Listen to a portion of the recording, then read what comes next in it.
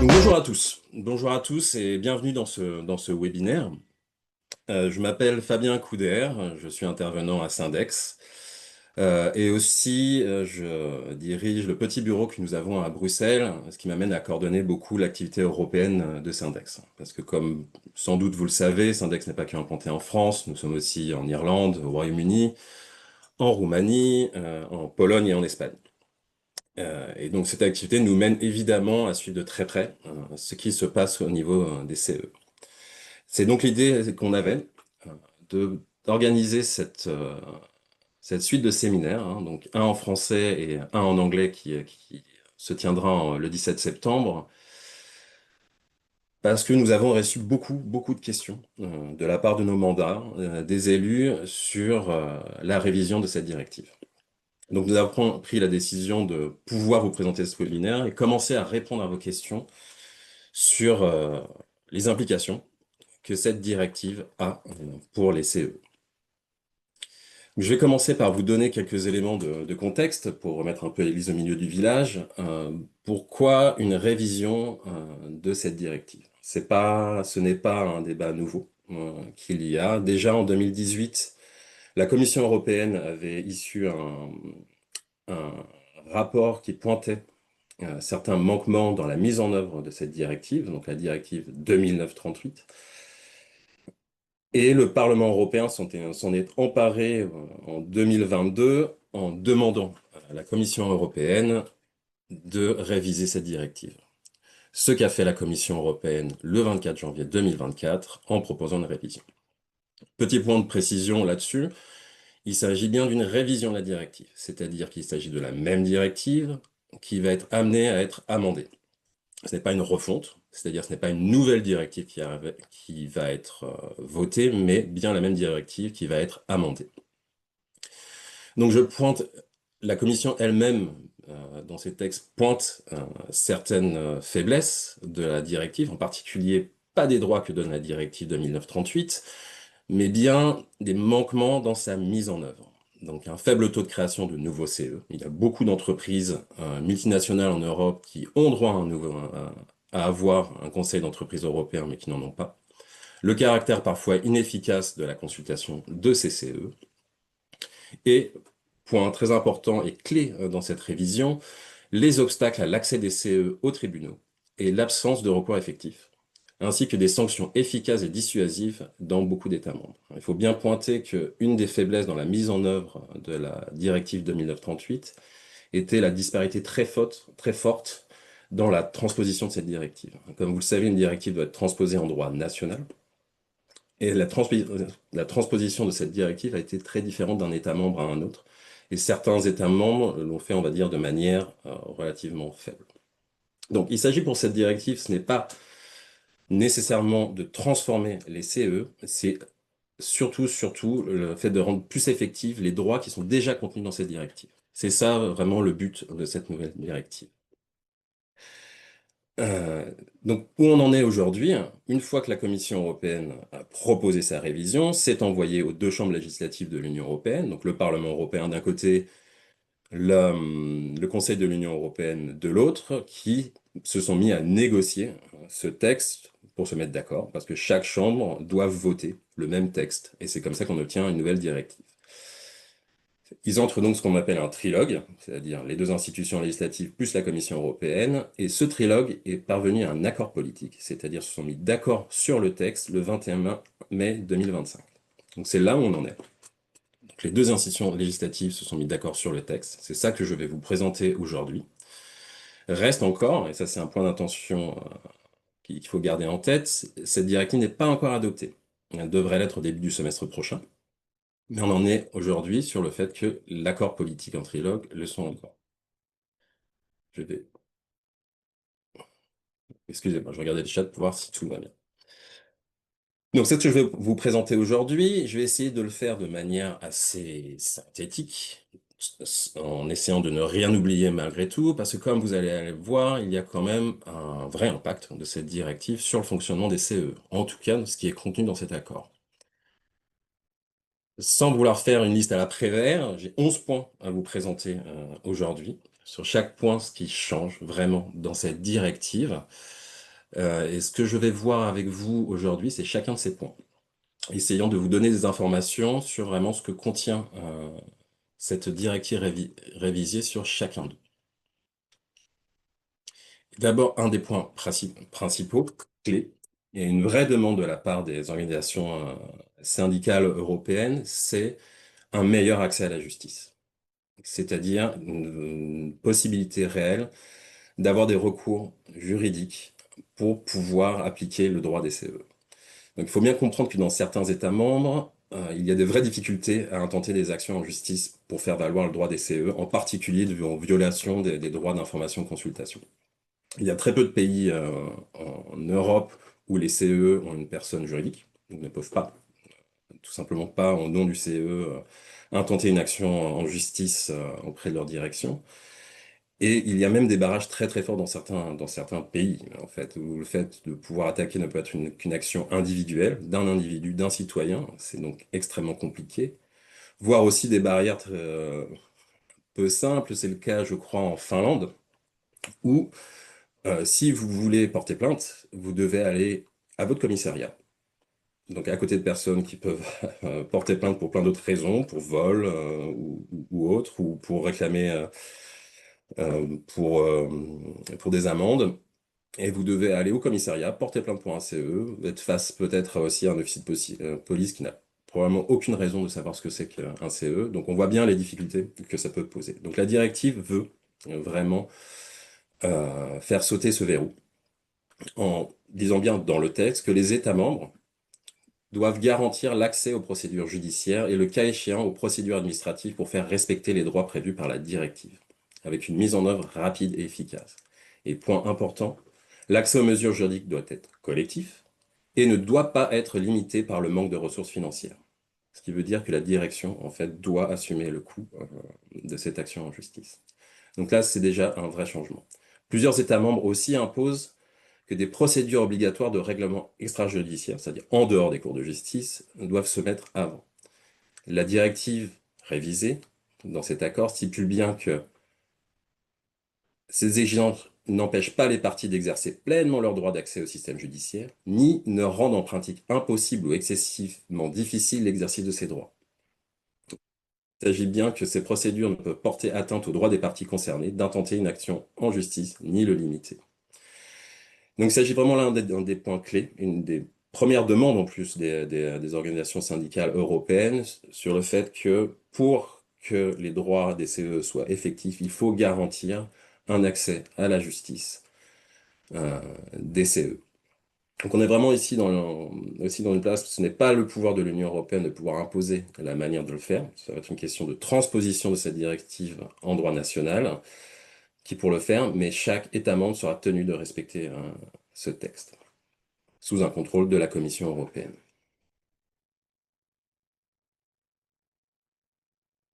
Deuxième point clé, qui suit le premier, des sanctions.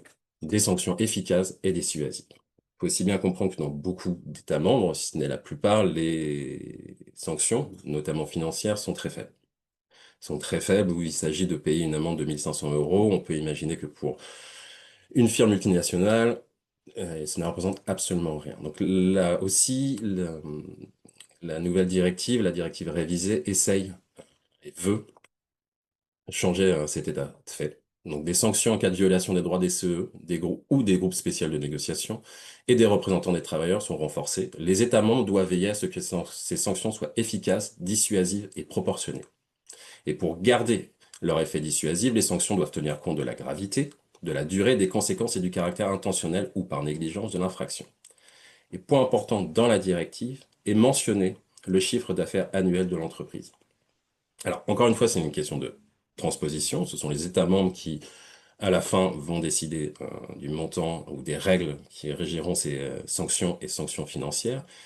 Mais on a une mention explicite du chiffre d'affaires annuel. Pour la petite histoire, le Parlement européen avait demandé quelque chose qui s'alignait sur une autre directive, qui est la directive RGPD, avec une mention d'un montant qui pouvait s'élever jusqu'à 4% du chiffre annuel. On ne retrouve pas ça dans la directive actuelle, mais on retrouve bien une mention du chiffre d'affaires annuel. Il ne s'agit pas non plus d'en avoir que des sanctions financières. Ça va être aussi comment dire, quelque chose qui va être renvoyé à la transposition de la directive, mais on peut aussi avoir la possibilité d'inclure la possibilité de mesures injonctives dans la transposition, c'est-à-dire de demander à la direction d'agir.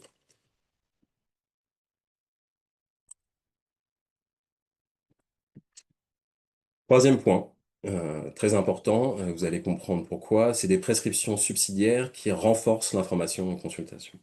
Euh, pour rappel, que sont les prescriptions subsidiaires?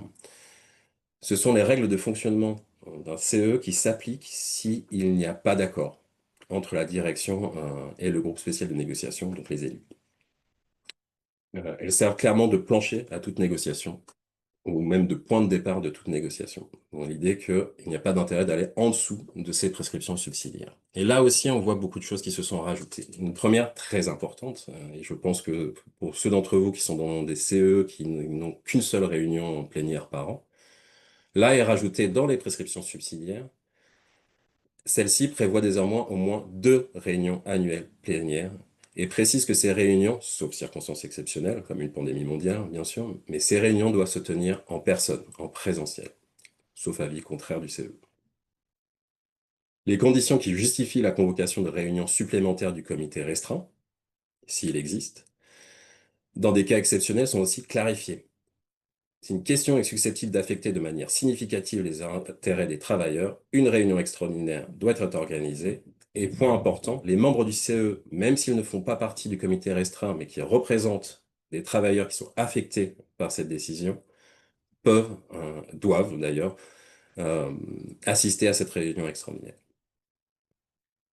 Point autre important, qui nous concerne nous aussi, Syndex, mais vous comprenez aussi pour certains d'entre vous, sur les experts, ont le droit maintenant explicitement, sur demande de CE, d'assister à l'ensemble de la réunion avec la direction. Je peux savoir d'expérience que ce n'est pas toujours le cas. La couverture des frais d'assistance juridique est ajoutée. Donc la direction doit couvrir les frais d'assistance juridique. Et autre point intéressant, c'est la liste des thèmes qui font l'objet de consultation. Il a été maintenant élargi.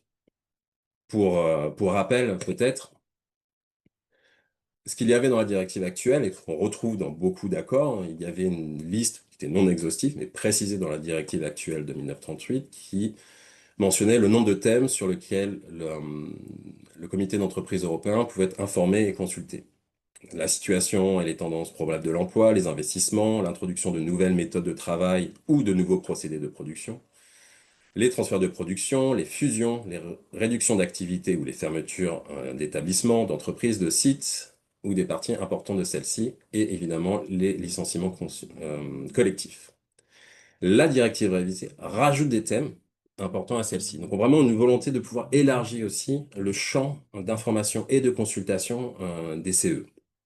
Donc, est rajouté dans cette directive les politiques en matière de compétences et de formation, l'anticipation du changement et la gestion des processus de restructuration, y compris les questions de transition verte et numérique, ainsi que les conditions de travail.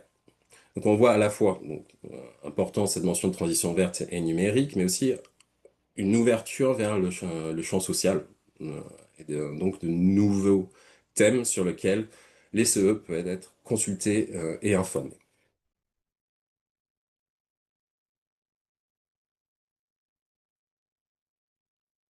Point important, la définition des questions transnationales, qui est toujours un point parfois de débat entre une direction et les membres d'un CE, de savoir quelles sont les questions transnationales, puisque ce ne sont bien que les questions transnationales qui font sujet d'information et de consultation au niveau européen.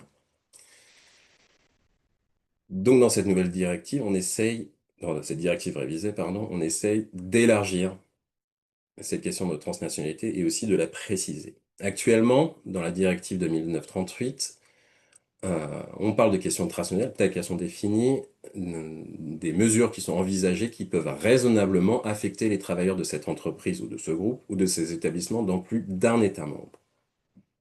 Ce qui est rajouté dans celle-ci, c'est les cas où on peut raisonnablement s'attendre à ce que ces mesures affectent les travailleurs dans un seul État membre, mais on peut raisonnablement s'attendre à ce que les conséquences de ces mesures qui s'appliquent dans un seul État membre affectent les travailleurs dans au moins un autre État membre. On élargit quand même relativement cette question de transnationalité. Je vous ai donné un exemple ici. Une entreprise envisage des licenciements, des suppressions d'emplois ou la répartition d'activités de production, l'externalisation d'activités, qui visent explicitement des établissements dans un seul État membre, mais qui a des conséquences importantes sur les travailleurs dans un autre État membre, parce qu'il y a un changement dans la chaîne d'approvisionnement transfrontalière, des activités de production. Ces activités-là, maintenant, peuvent faire partie des questions transnationales et faire d'une consultation au niveau du CE. Ces notions de questions transnationales couvrent les mesures susceptibles d'affecter les travailleurs de manière substantielle, c'est-à-dire d'une manière qui ne les affecte pas de manière insignifiante et qui ne concerne pas uniquement les travailleurs individuels ou des décisions opérationnelles ordinaires. Donc, il s'agit aussi de mettre le bon niveau qui déclenche une information consultation. Autre point important, le niveau de direction concerné doit être pris en compte pour déterminer si une question relève de la compétence d'un comité d'entreprise européen. On peut voir ça, on peut l'interpréter aussi sur le fait que si le siège social prend la décision qui affecte un autre pays, c'est-à-dire un siège social qui est situé dans un État membre qui prend une décision qui est affectée dans un autre État membre, cela doit être pris en compte pour déterminer s'il s'agit d'une question transnationale et la possibilité d'ouvrir une information consultation. Donc on voit vraiment que on élargit le champ de ce qui peut donner lieu à une information consultation et va probablement, nous verrons bien, aussi obliger à regarder de bien plus près chaque décision de l'entreprise pour savoir s'il s'agit bien d'une question transnationale ou pas et si le CEE peut s'en emparer.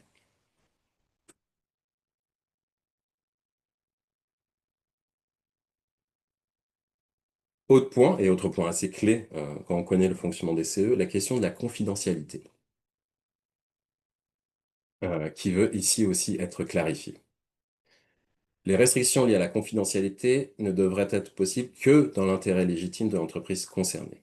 Donc il s'agit en fait vraiment d'arriver à définir de manière objective, plus stricte que ce n'est actuellement,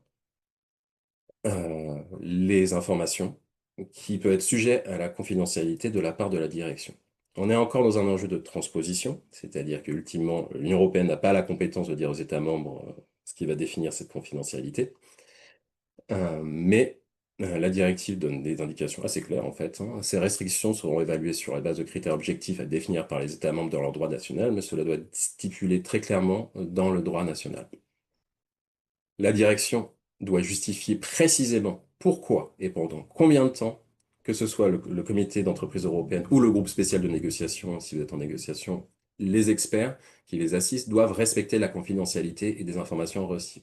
Donc la confidentialité devra être motivée, et si les raisons justifiant les obligations de confidentialité deviennent obsolètes, les obligations de confidentialité cessent alors de s'appliquer. Autre point, au-delà de la confidentialité, maintenant, la direction devra justifier également pourquoi elle ne donne pas d'informations particulières au comité d'entreprise européen ou au groupe spécial de négociation et expliquer les raisons pour lesquelles elle entend ne pas communiquer certaines informations. Et encore une fois, euh, ces critères qui permettront à la direction de ne pas fournir d'informations devront être spécifiés dans le droit national. Donc on voit aussi là, c'est un enjeu de transposition, mais c'est clairement dit par la directive révisée.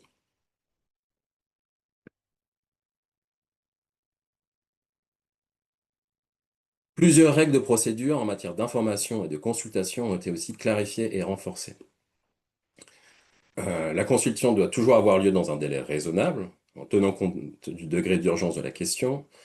Ce principe permet notamment aux parties d'accélérer le processus de consultation dans les situations d'urgence.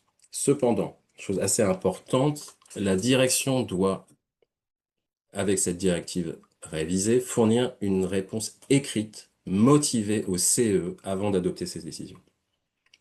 C'est-à-dire qu'à condition que l'avis du CE ait été exprimé dans un délai raisonnable, la direction devra donner une réponse écrite et motivée. Et on voit aussi que, d'une part, le fait de renforcer ce que peut être une consultation au niveau des CE, on peut voir aussi le lien que ça peut avoir avec mon premier point sur l'accès à la justice, puisque ça permet aussi de fournir certains éléments importants s'il y a action en justice. Les membres du CE obtiennent le droit explicite d'informer les représentants locaux et l'ensemble du personnel avant et après chaque réunion. Ça aussi, c'est un point important et, dessus, parce qu'on sait que l'articulation, enfin, ça peut être compliqué, parfois c'est un enjeu dans les CE d'avoir une articulation propre entre le niveau européen du CE et le niveau local ou national des instances représentatives du personnel. Donc là, on a une mention spécifique dans la directive révisée sur ce droit d'informer les représentants locaux et l'ensemble du personnel. Cependant, il y a un petit modulo quand même là-dessus, c'est que la directive ne dit rien sur la confidentialité entre les membres du CE et les instances nationales ou les élus nationaux. C'est aussi quelque chose qui va dépendre beaucoup probablement de la transposition en droit national, puisque je vous ai présenté les éléments sur la confidentialité.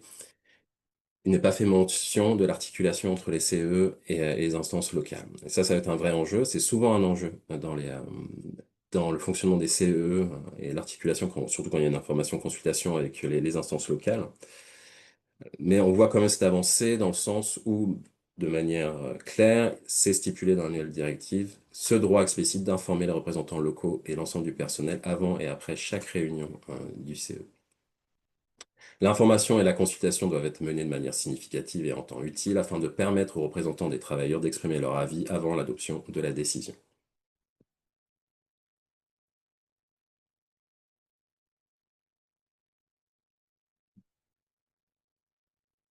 Les ressources, certaines sont précisées, voire renforcées, en particulier sur deux aspects, ce que sont la formation et les experts. Sur la formation, de manière explicite, ce qui est dit, c'est que les accords doivent préciser les ressources financières globales, y compris les dispositions relatives à la formation.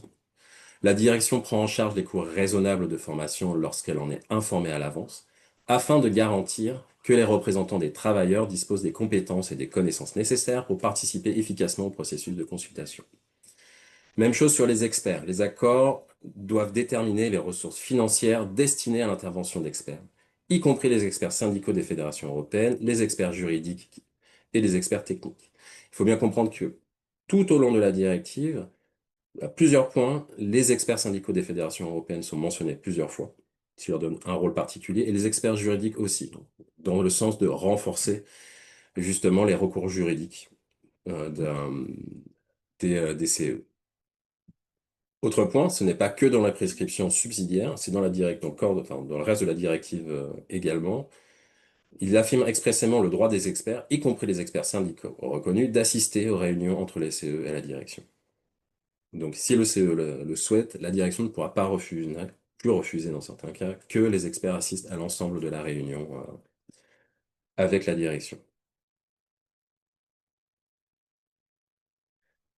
Point très important, qui a peut-être concerné certains d'entre vous, c'est la fin des dérogations ou des régimes dérogatoires. Maintenant, tous les CE entreront dans le champ d'application de la directive. Pour rappel, dans la situation actuelle, il y a deux types d'accords qui ne sont pas soumis à la directive de 1938. C'est d'abord ce qu'on appelle les accords provisoires, les accords volontaires, qui ont été signés en fait avant la première directive de 1994 et appliqués en 1996. Tous ces accords ne sont pas soumis aujourd'hui à la directive de 1938. Et autre type d'accord, ce qu'on a appelé les accords provisoires entre 2009 et 2011, ceux qui ont été signés entre 2009 et 2011, qui, eux, sont soumis à la directive de 1994, mais pas à la directive de 2009. Et d'après la Commission européenne, on parle quand même de 323 conseils d'entreprises européens concernés par ces accords. La directive révisée devrait faire sauter ça. Il n'aurait plus y avoir d'accord, une fois que cette directive est révisée, il n'aurait plus y avoir d'accord en dehors de la directive de 1938. Les accords qui sont signés avant l'entrée en vigueur de la directive de 1994 resteront en vigueur pendant les négociations, mais il devra y avoir de nouvelles négociations qui devront se mettre en place. Et les délais de négociation est ramené par contre à 2 ans au lieu de 3. Ils sont aussi soumis aux prescriptions subsidiaires. Pour les accords existants signés au titre de l'article 6 depuis 1987, donc là il s'agit des accords dérogatoires qui ont été signés entre 2009 et 2011, Soit ils peuvent être adaptés s'il y a des clauses d'adaptation qui sont dans l'accord, amendées, ou renégociés, ou encore même, dans le cas le plus extrême, au moyen de la mise en place d'un groupe spécial de négociation, dans la même manière qu'on négocierait un nouveau CE. Et dans le cas de la mise en place d'un groupe spécial de négociation, la durée des négociations est, elle, réduite à 2 ans au lieu de 3.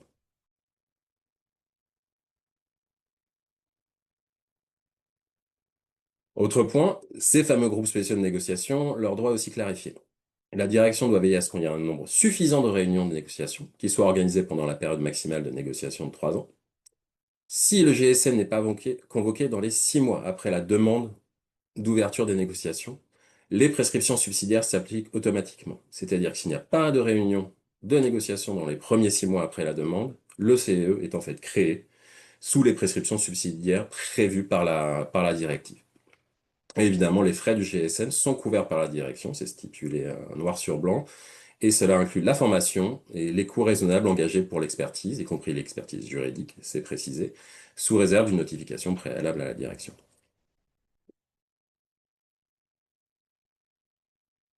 Et enfin, et ça serait en fait mon dernier point sur ce que contient cet accord politique sur une directive révisée, c'est aussi une définition élargie de ce qu'on appelle l'entreprise contrôlante. C'est très important pour savoir si les travailleurs ont droit à avoir un comité d'entreprise européen dans leur entreprise.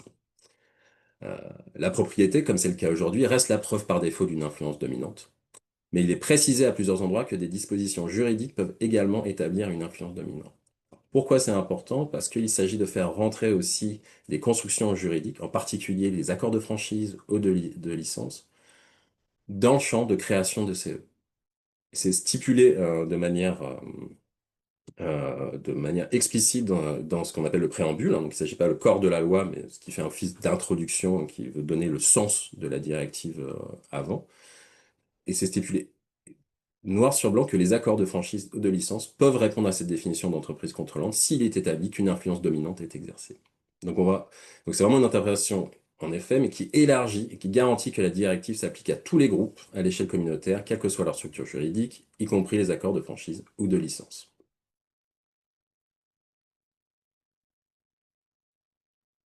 Et ça, c'est mon dernier point, le vrai.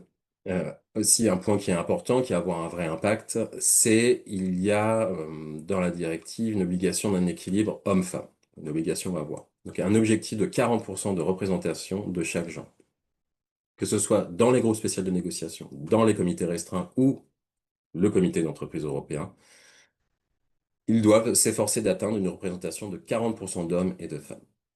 Donc, le GSM doit s'efforcer d'avoir une représentation de 40% au minimum de chaque genre, et les accords relatifs au CE doivent inclure des dispositions prévoyant des efforts raisonnables pour parvenir à un équilibre entre les hommes et les femmes. Une représentation donc de 40% des hommes et des femmes au minimum au sein des CE et des comités restreints.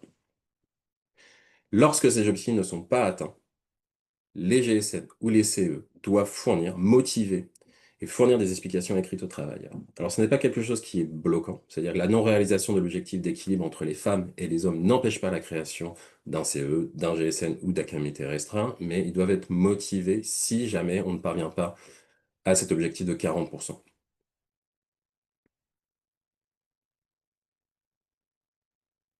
Alors, maintenant, quelles sont les prochaines étapes? Je vais conclure dessus avant de répondre à vos questions que je vois déjà nombreuses.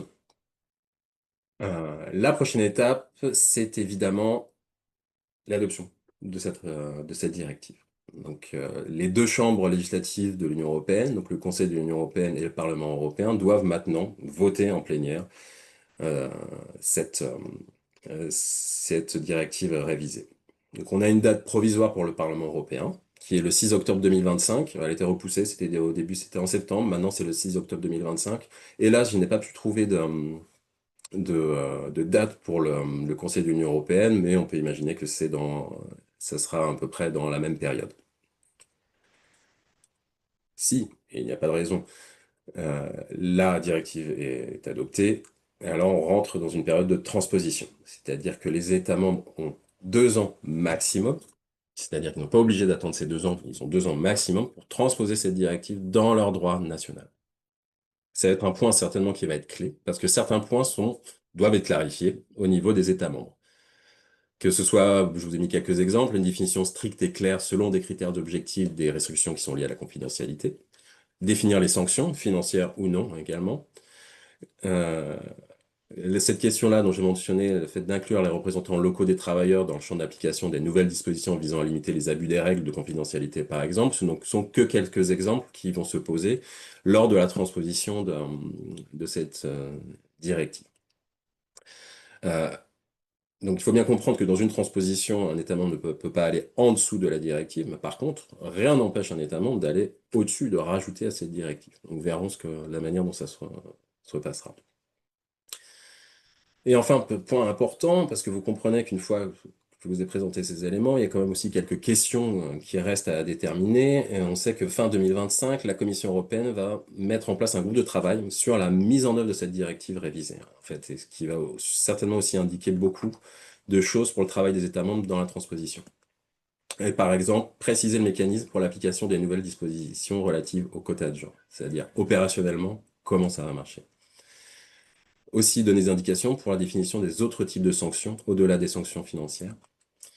Et définir, par exemple, aussi ce qui constitue un nombre suffisant de réunions de GSN. Excusez-moi pour SNB, c'est un anglicisme. Donc c'est GSN, un groupe spécial de négociation. Donc de dire, une fois qu'on a dit un nombre suffisant, il s'agit aussi de le caractériser. Donc voilà pour la présentation de ces éléments. Je suppose que peut vous laisser beaucoup de questions. Vous voyez, c'est assez dense. On sent qu'il va y avoir quand même un impact assez important de cette directive. Donc ce que je vous propose maintenant, c'est de prendre, dans les 25 minutes qui nous laissent, c'est bien, ça nous laisse du temps pour répondre aux questions, de prendre vos questions. Je vois déjà qu'il y en a. Pour ceux qui veulent encore poser vos questions, vous voyez que vous avez un petit bouton Q&A en bas de votre écran. Et je vous invite euh, à poser vos questions à travers ce QR. Donc, je vais commencer à prendre vos questions. J'en vois une qui date déjà de 20 minutes, cette question de Francis Audouin sur les CE concernent des entreprises pourvues de filiales européennes. Donc, y a-t-il un nombre de filiales requises et ou de salariés requis dans ce cadre? Alors ça, c'est une question, c'est déjà le cas aujourd'hui sur les conditions pour créer un CE. Alors, c'est pas un nombre de filiales, c'est un nombre, comment dire, il faut au moins 1000 salariés au niveau européen et 100 salariés dans 2 États membres différents pour pouvoir créer un CE. Donc ce n'est pas forcément un nombre de filiales requises, mais il y a bien un nombre de salariés requis dans chaque pays minimum pour pouvoir créer un CE.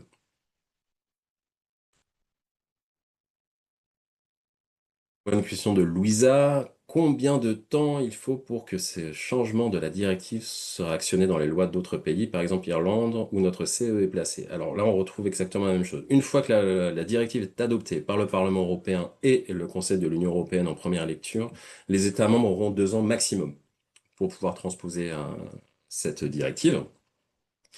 Donc au pire, en Irlande par exemple, et on comprend pourquoi l'Irlande, puisque c'est un enjeu, c'est un pays où notamment qui est assez connu pour avoir une transposition assez faible justement de cette directive, euh, notamment au niveau de l'accès à la justice, hein. Il y a plusieurs cas assez emblématiques qui existent. Le gouvernement irlandais aura donc 2 ans maximum pour transposer cette directive.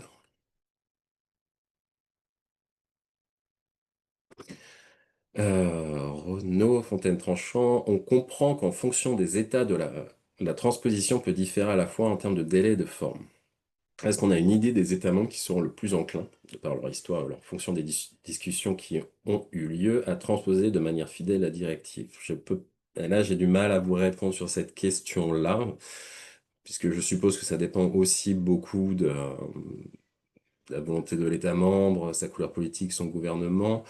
L'idée quand même, pour la transposition, cette fois-ci, hein, de cette directive révisée, d'avoir un monitoring, je veux dire ça comme ça, de la Commission européenne plus important, qui permet justement une transposition beaucoup plus cohérente de la directive dans l'ensemble des États membres, au moins sur ce que dit la directive. Rien n'empêche encore une fois des États membres d'aller au-delà de la directive.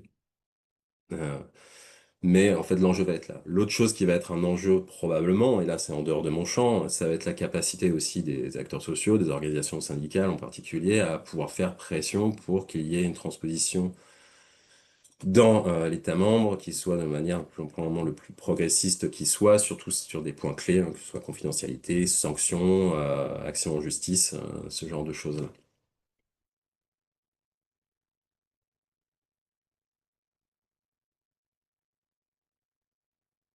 Alors, je vois aussi de la part de Louisa Dune une réflexion intéressante, parce que c'est un vrai enjeu.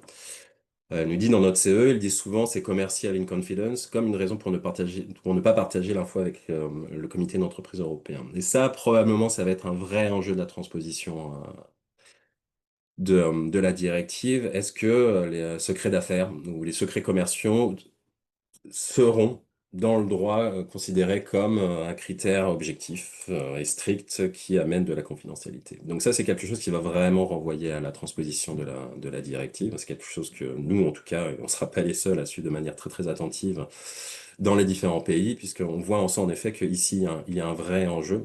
Encore une fois, l'Union européenne n'a pas la compétence hein, de dire ce que les pays doivent déterminer, ce qui est confidentiel ou non, mais quoi qu'il arrive, cela devra respecter l'esprit de la directive, c'est-à-dire que doit être des critères objectifs et stricts, mais il y aura un vrai enjeu à ce niveau-là en termes de transposition. C'est bien.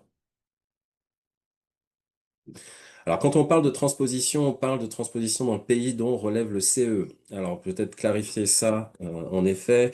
Une transposition, je le redis, là, ce qu'on appelle transposition, c'est le fait qu'une directive, une fois qu'une directive est mise au niveau européen, elle ne peut pas exister contrairement à un règlement qui s'impose de manière uniforme à l'ensemble des États membres. Une directive, elle, doit être transposée, traduite, si vous voulez, dans le droit national. Typiquement, si vous voulez, quand on prend la directive 2009-38, une fois qu'elle a été donc votée en 2009, elle a été transcrite dans le droit du travail français. En Belgique, c'est- ça a été de manière très différente. Ça n'a pas été transcrit dans le droit du travail, mais ça a été une convention collective. Donc transmis par convention collective. Donc ça, c'est vraiment suivant l'ordre juridique et le choix des États membres de la manière dont ça se passe. Mais quand on parle de transposition, c'est bien que par contre, c'est la même directive qui devra être transposée dans le droit national de chaque État membre. Dans l'idée, en fait, d'avoir une harmonisation de ce droit dans chaque État membre. Et l'enjeu va vraiment être là. Oui. Alors, je vois une question de Bachir Abdoul. Mon entreprise avait mis en place un comité appelé Forum européen en 1995 avec réunion bisannuelle à titre informatif. Comment peut-on mettre en place un comité CE conforme? Et en fait, donc, si je comprends bien, votre entreprise fait partie de ce cas de CE, même s'il ne veut pas l'appeler comme ça, qui existe avant la directive. Avec cette directive révisée, ce CE, même s'il s'appelle Forum européen, devra se conformer à la directive de 1938. Donc, de fait, l'accord restera en place, mais il faudra, dès le moment où la directive sera transposée, vous pouvez même le faire avant, mais de droit, dès qu'elle sera transposée, vous pouvez renégocier pour que cet accord de votre entreprise soit en ligne avec la directive révisée. Donc, je vois que vous avez des réunions biannuelles à titre informatif. Donc, la directive la prévoit en effet encore une fois des réunions biannuelles qui sont par contre avec un vrai droit d'information, consultation, par exemple.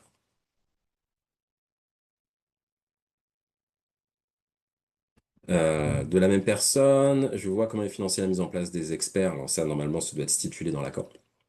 Ce qui est sûr, c'est que les CE ont droit à l'expertise, que ce soit une expertise syndicale, c'est-à-dire d'experts syndicaux par les fédérations européennes syndicales, d'experts juridiques et d'experts techniques, donc économiques, comme nous par exemple, et d'une moins la manière dont ceci est géré, ou même de manière financière, sans forcément préciser le montant, mais les modalités devront être précisées dans l'accord.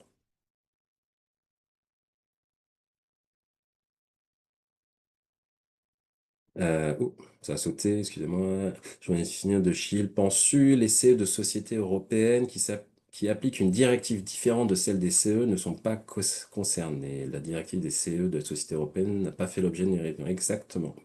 C'est une vraie. Donc on parle bien ici de comité d'entreprise européen et non pas de conseil d'entreprise de sociétés européennes. Hélas, là-dessus, je pourrais pas vous en dire beaucoup parce que cette directive, en effet, s'applique sur les comités d'entreprise européens. Alors, je vois plusieurs questions qui viennent, hein. Peut-être que j'aurais dû le préciser. Évidemment, les slides vous seront envoyés à la suite de ce webinaire. D'autre part, ce webinaire est enregistré, donc si vous voulez revoir ma bobine et vous expliquer tout ça, ce sera accessible sur le site internet de Syndex. Nous avons toute une série de webinaires donc, qui existent là-bas, dont celui-ci aussi sera disponible pour le revoir sur le site de syndex.fr. Est-ce que la directive n'est pas trop vague dans sa rédaction, laissant le champ libre aux différents États de transposer à leur guise? Alors, on n'espère pas à leur guise non plus, mais comme je le reprécise encore une fois, il y a des points qui ne relèvent pas de l'Union européenne, qui vont être des points clés sur la manière dont cela va être transposé dans les États membres. Donc, on sent quand même qu'il y a un souci dans cette directive pour pouvoir harmoniser le droit des CE et pouvoir les rendre beaucoup plus effectifs dans leur droit d'information et de consultation. Encore une fois, hein, il ne s'agit pas de réinventer la roue, mais en fait de rendre les CE plus efficaces et aussi peut-être même, je voudrais dire, un peu plus menaçants pour les directions s'ils ne sont pas informés et consultés de manière correcte. Mais il va y avoir quelques enjeux. Donc, la directive, par exemple, on peut prendre l'exemple des sanctions, hein, la directive mentionne spécifiquement le chiffre d'affaires, donc c'est une vraie avancée, c'est-à-dire qu'on peut toucher le chiffre d'affaires, donc une amende qui fait mention au chiffre d'affaires de l'entreprise, ce montant n'est pas à déciser. Il s'agirait bien, et ça sera le rôle aussi de la Commission européenne, de vérifier que ces sanctions soient suffisantes pour être dissuasives, puisque c'est bien mentionné dans le texte qu'elles doivent être dissuasives, en fonction de la gravité de l'offense. Le temps pour exercer son mandat au CE est-il mieux défini? Je ne crois pas. C'est pas un point spécifiquement que j'ai regardé, mais je pourrais revenir vers vous là-dessus, mais je ne pense pas. Une question de Francis Audouin. Cette directive à venir, telle qu'elle est définie, est-elle bien reçue par les différents syndicats ou y a-t-il déjà des contestations? Alors ça, je ne peux pas vous le dire. Je pense que ce que je peux voir, moi, de ma fenêtre à Bruxelles, je pense qu'elle est encouragée par je pense, les fédérations européennes, ou au moins la CES, hein, la Confédération européenne des syndicats, en sachant que si maintenant il va s'agir de savoir comment se passe la traduction. Mais ça, j'invite nos collègues qui sont ici syndiqués de se rapprocher de leur organisation syndicale pour voir quelle est leur lecture hein, et quel est leur positionnement par rapport à celle-ci, parce qu'encore une fois, là, on va rentrer normalement, si elle est adoptée, on va rentrer dans une période de transposition, et c'est bien le rôle des organisations syndicales de pouvoir agir, nationaux en particulier, de pouvoir agir à ce moment-là. Donc, je pourrais pas vous dire plus que ça à ce moment-là.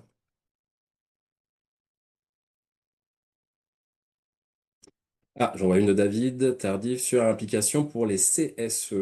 Euh, eh bien, en fait, c'est là, pour revenir sur un point que j'ai présenté, direct peu hein, sur l'implication pour les CSE. En fait, un des points clés qui est important dans le fonctionnement des CE, c'est bien l'articulation entre le niveau européen et le niveau local, dont en France les CSE. Parce que très souvent, ce qu'on voit, c'est que les règles de confidentialité imposées par la direction rendent très difficile le partage d'informations entre les instances locales, nationales et européennes, dans les deux sens, de fait. Donc là, il y a un vrai enjeu pour dessus. C'est encore une fois, ça renvoie encore une fois à la transposition, parce qu'encore une fois, dans la directive, on voit que ce droit d'informer les membres nationaux, locaux d'IRP avant et après chaque réunion est bien défini. Encore une fois, reste ce petit loquet de la confidentialité qui souvent pose problème et qui va rester un enjeu dessus. C'est bien ça, c'est bien cette articulation entre instance locale, nationale et instance européenne qui va rester un enjeu et qu'on va voir de la manière dont va être transposée cette directive en effet.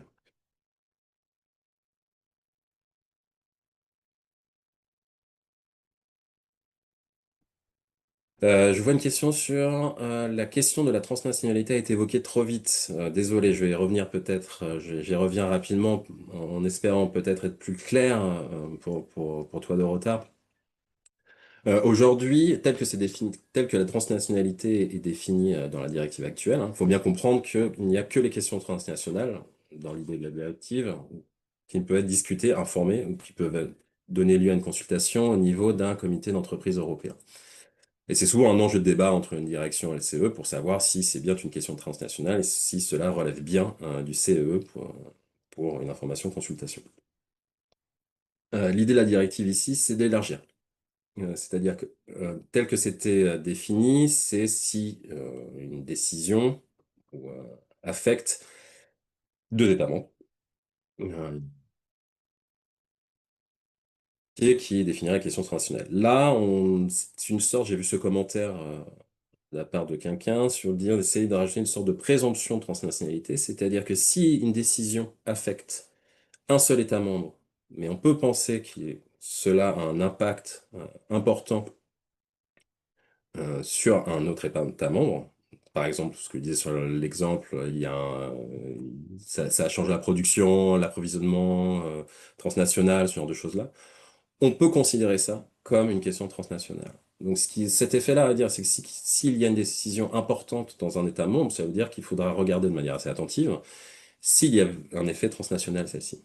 Et c'est assez intéressant là-dessus, puisque ça élargit en fait potentiellement euh, les questions qui pourront remonter, enfin les éléments qui pourront remonter au niveau du CE. J'ai une question, faut-il un comité France avant un comité européen? Pas du tout. Vous pouvez très bien avoir un comité européen sans avoir un comité groupe ou un comité en France. Il n'y a vraiment aucune raison dessus. Euh, je vois parce que je vois des questions dans le chat, donc je suis entre les questions du chat et les questions du Q&R. Je jongle un peu entre les deux.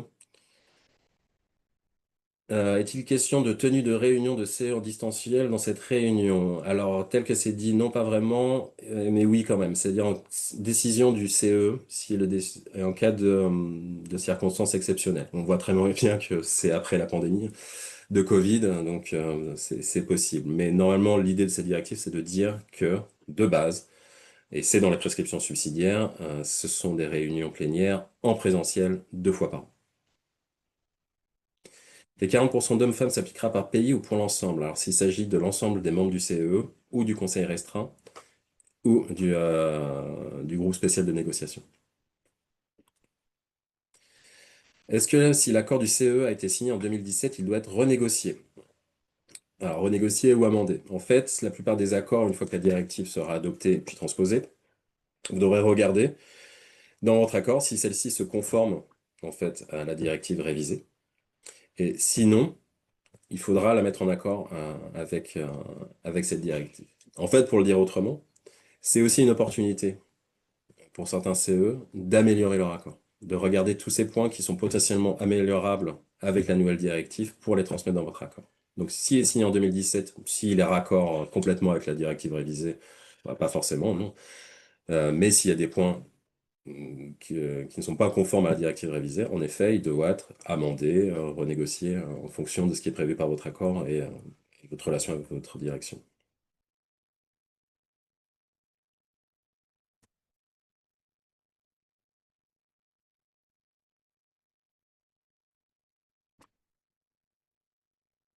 Alors, concernant l'établissement d'un lien de directive, enfin, je comprends, d'entreprise contrôlante pour la société à franchise ou à licence, faudra-t-il qu'un juge se prononce à chaque fois? Et là, ça, je peux pas vraiment vous répondre parce qu'il faudra bien regarder la manière dont ça va se passer dessus. Donc, c'est peut-être un peu tôt pour se prononcer, pour que je puisse me prononcer de manière assez catégorique là-dessus. Il va clairement y avoir un enjeu, hein, certainement, parce que pour déterminer si vraiment il y a entreprise contrôlante dans le cas d'accord de franchise ou de licence, bon, ça reste intéressant, c'est qu'on ouvre quand même cette possibilité.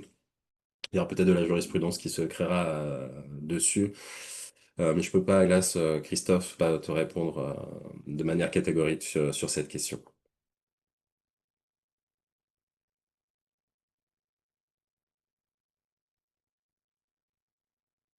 Alors, si le CE est consulté et que le CE France doit être également consulté, si le sujet concerne le pays, absolument, normalement, il faut bien comprendre que le droit de consultation, que ce soit au niveau local, national, au niveau européen, ne sont pas exclusifs, hein.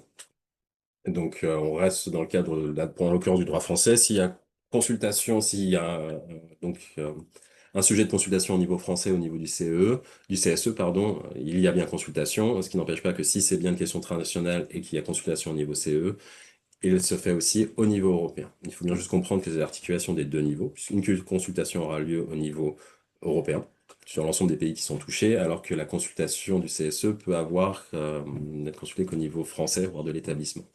Vous voyez bien, je reviens un petit peu là-dessus, c'est là où justement important de savoir si vous avez des consultations concomitantes, ou même l'une après l'autre, de pouvoir arriver à bien articuler la consultation au niveau européen et celle au niveau local, parce que les deux, dans l'idée, devraient pouvoir se nourrir en termes d'échange d'informations pour avoir un avis le plus éclairé possible.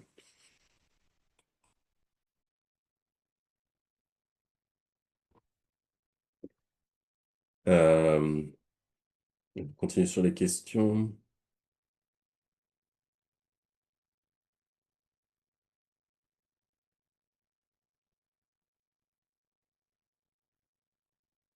Alors, peut-on avoir un comité de groupe et un CE? Je crois que j'y réponds. Et bien sûr, il n'y a vraiment aucun problème là-dessus. Les deux ne sont pas du tout exclusifs.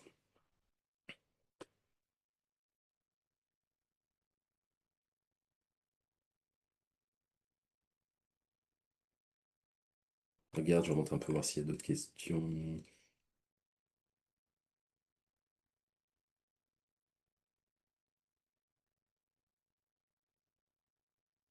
Ah, je vois que dans le chat, il y a un membre d'Industriol avec nous qui répondait peut-être une question sur, en effet, sur le positionnement des organisations syndicales européennes dessus. Donc, c'est Bruno Demet, je vous invite à venir dans le chat pour voir justement sa réponse dessus, puisque ça répondait à une question précédente.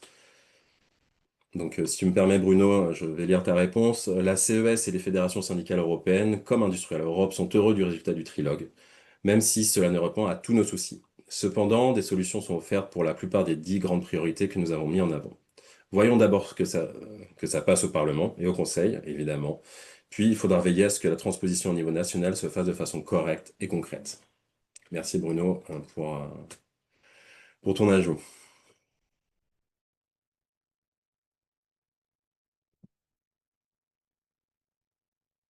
Alors, c'est une question importante.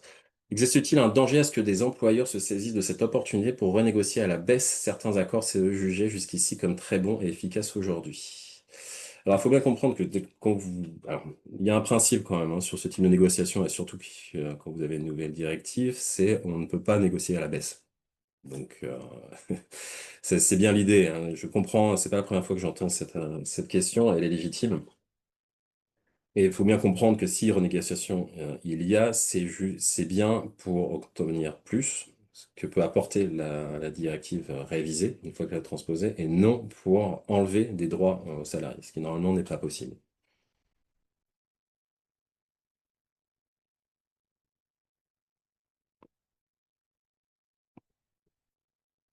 Alors, je vois une question importante de Bachir. Dois-je passer par mon syndicat et par vous pour mettre en place un CE? Alors, la réponse est assez simple. Bachir, par ton syndicat dessus. Il faut qu'il peut me mettre en contact. Et là, j'envoie justement à Bruno Demet qui est avec nous, qui normalement aussi sera capable de me mettre en contact avec ta fédération nationale et surtout la fédération européenne d'attache de ton entreprise. Alors, je connais pas ton entreprise, je ne sais pas de quelle fédération européenne tu es. Mais c'est aussi leur travail aux fédérations européennes de pouvoir mettre en contact avec les autres élus d'autres pays et ainsi pouvoir faire la demande de création d'un CE et vous accompagner dans cette démarche.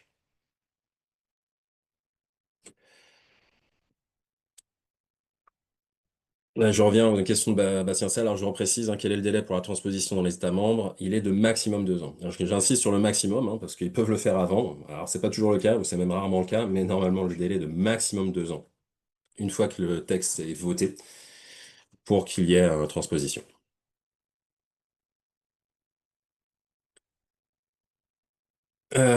Écoutez, je vois qu'on arrive quand même à la fin des questions. Ce que je vous propose, c'est d'arrêter là. Si vous avez d'autres questions, de toute façon, n'hésitez pas à nous contacter